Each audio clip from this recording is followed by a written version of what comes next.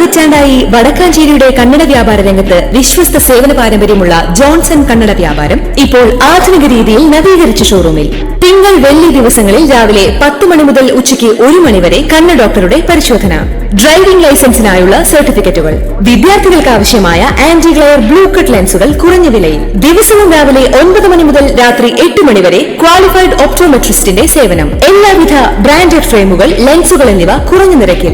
Johnson Kannada വ്യാപാരം, John's tower, divine ആശുപത്രിക്ക് എതിർവശം, Vadakkanchery. Phone 94963474. Artificial intelligence എല്ലാ രാജ്യങ്ങളിലും അപകടകരമാണെന്ന് സ്പീക്കർ AN ഷംസീർ.